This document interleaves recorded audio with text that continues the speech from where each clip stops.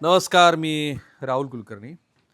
दापोली शहरापासून 7 ते 8 किलोमीटर अंतरावरती चिरा मेडोस रिसॉर्ट आहे.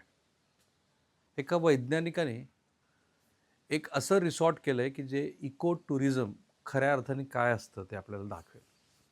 जसं एक कोस्टल ॲरोमा नावाचं त्यांचं रेस्टॉरंट आहे आणि या रेस्टॉरंटमध्ये आणि ह्या इको टुरिझमच्या खऱ्या तुम्हाला कल्पना किंवा खरं काय असायला हवं इको टुरिझम हे दाखवणारं एका वैज्ञानिकाचं जे रिसॉर्ट आहे ना, त्या रिसॉर्टमधनं मी तुम्हाला त्यांनी स्वतः इन्व्हेंट केलेल्या काही पदार्थांची आणि अर्थातच कोकणातल्या मूळ मातीतल्या, कारण तुमची मातीबरोबर किती निष्ठा आहे त्यातनंच तर ह्या कल्पना सुचतात, तर त्याची तुम्हाला ओळख करून देणार आहे.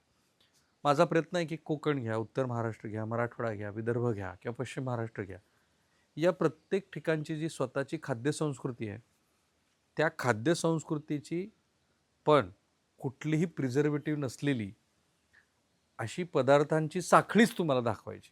त्यापैकी एक आहे की वेगळ्याच पद्धतीचा चहा की जो मोगऱ्यापासनं जो जास्वंदापासनं बनवलेला आहे आणि कैरीचं पन्हं तर माहिती आहे आपल्याला, कैरीचं लोणचं, पण कैरीची भाजी आणि मग कोकणातले सगळे नॉनव्हेज पदार्थ ते तुम्हाला मी दाखवणार. चला.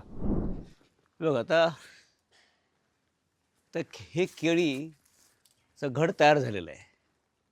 म्हणजे ज्यावेळेला केळीवरती असे ते शिरा असतात त्या अशा वेळेला गोल होतात किंवा त्या काड्या त्याच्या नष्ट होतात, तेव्हा त्या केळी आता काढायला आली असे समजायची. ती काढायला आली केळी.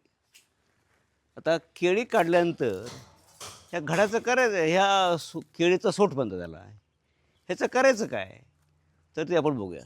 तर केळी काढून टाका अगोदर आणि हे खुंट काढून टाका. ती दोरी तोडा ना, दोरी सोडली सोड. घ्या खाली, घ्या खाली.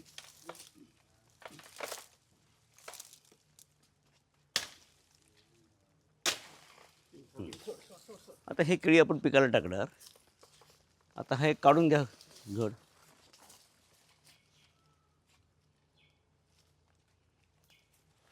आता हा जो केळीचं ह्याला हे पानं असतात, ह्याला ते इतर झाडासारखं खोड असतं, खोड नसतं याला. तर हे हे बघा, ह्याच्यापासून हे किती धागे आहेत बघा. ह्या केळीचं सोट सध्या भारत जगातला सेकंड लार्जेस्ट, दुसरा महत्त्वाचा केळी उत्पादन करणारा देश आहे. जगातला सर्वात मोठा, सेकंड लार्जेस्ट.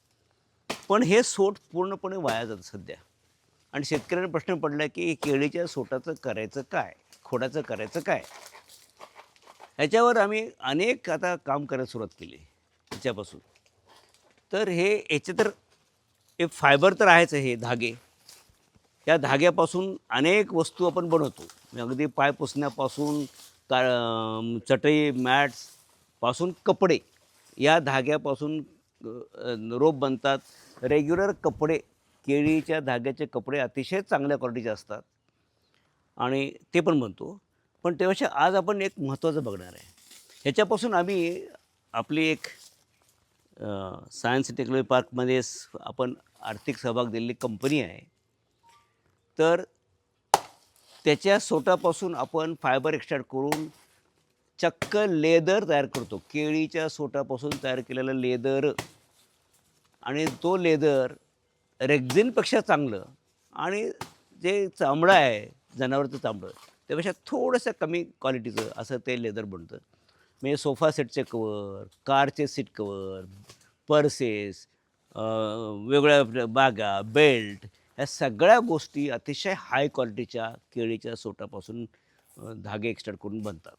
ते आपण बनवतो ऑलरेडी. बन हाईड नावाचं ब्रँडेड लेदर, बनाना हाईड म्हणजे लेदर, हे आपण मार्केटमध्ये ऑलरेडी आणलेलं आहे. आता आज आपण महत्त्वाचं बघणार आहे. आता हे जे केळीचं सोट आहे ते बघा, त्याला आपण सोलतो आहे.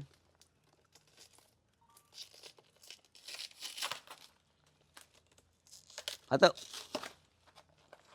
आतलं ते कापा ना त्याला सुरीने. हां, त्याने फाडा त्याला. हे सुरी घ्या ना, ही सुरी घ्या, ही सुरी घ्या.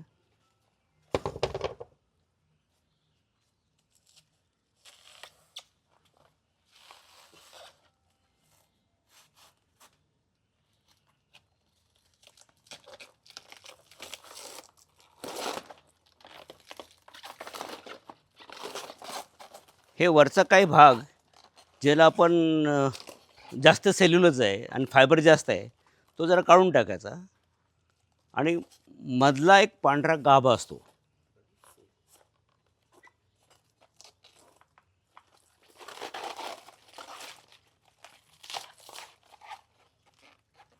द्या त्याच्यातले एक माझ्याकडे द्या ती बाजू खालचं द्या माझ्याकडे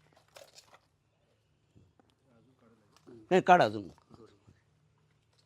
आता बघा इथं असं तुम्हाला भोकं भोकं दिसतील ह्याचे जर तुम्ही तुकडे केले चक्क त्यातलं आपण प्रत्यक्ष करणार आहोत तुकडे करून त्याला फ्राय करून खाता येतं कारण ह्याच्यामध्ये हाय पर्सेंटेज स्टार्च आहे ह्याच्यामध्ये इतकं स्टार्च आहे ते अतिशय हेल्दी फूड आहे बदलतं हां हे बघा हे आता हे मधला त्याचा आपण भाग काढला हे आता आपण किचनमध्ये नेणार आहोत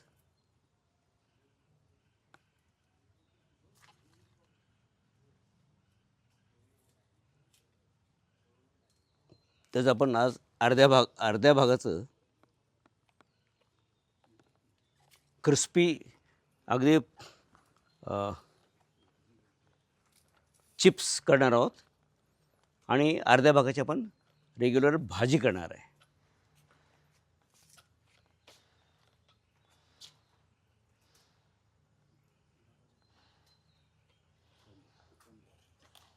आता बघा हे झालं आपलं अन्न ह्याच्यापासून फर्स्ट क्लास भाजी करता येते ह्याच्यापासून चिप्स तयार करता येतात ह्याच्यापासून भजी तयार करता येतात हे आता प्रत्यक्ष आपण किचनमध्ये नेऊन हे करून बघणार आहे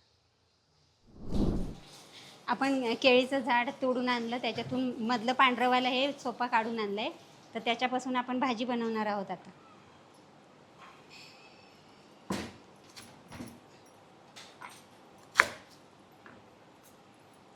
केळीच्या आतमध्ये एक खूप आतल्या भागामध्ये पांढऱ्या कलरचं गर असतंय त्याला काढून घ्यायचं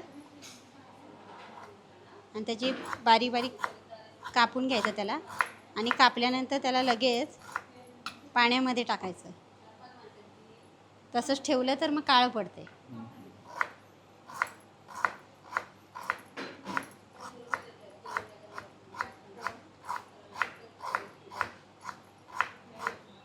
झालेली आहे आता आपण त्याला फोडणी करणार आहोत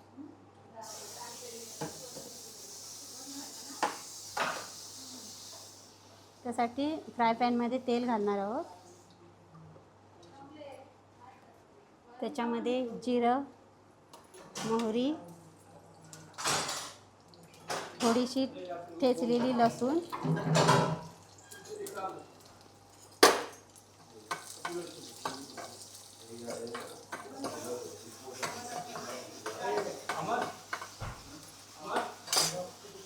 त्याच्यामध्ये थोडा कढीपत्ता आणि आता आपण हिरवी मिरची घालणार आहोत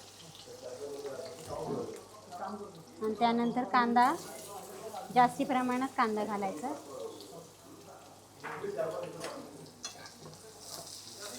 आणि कांदा गुलाबी होईपर्यंत परतायचं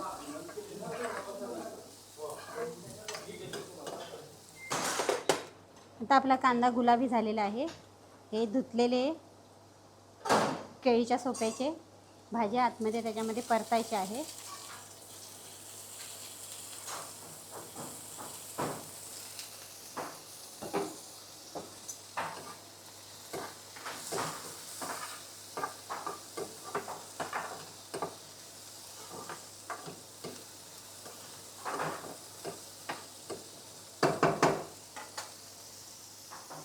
याच्यामध्ये थोडीशी हळद घालायची आहे थोडीशी जिरा पावडर आणि चवीनुसार मीठ घालायचं आणि ते परतून झाल्यानंतर वाफवत तसंच शिजवत भाजी 10 मिनिटं ठेवायची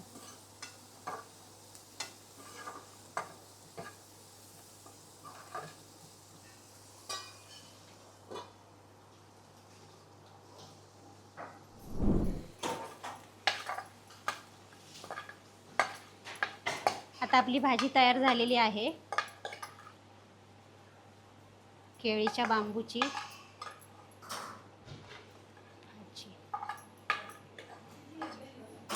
आता ह्याच्यावरती आपण ओलं खोबरं आणि थोडीशी कोथिंबीर घालायची. मग ते खूप टेस्टी लागते. हे आपण पोळी, फुलके आणि भाकरीसोबत खाऊ शकतो.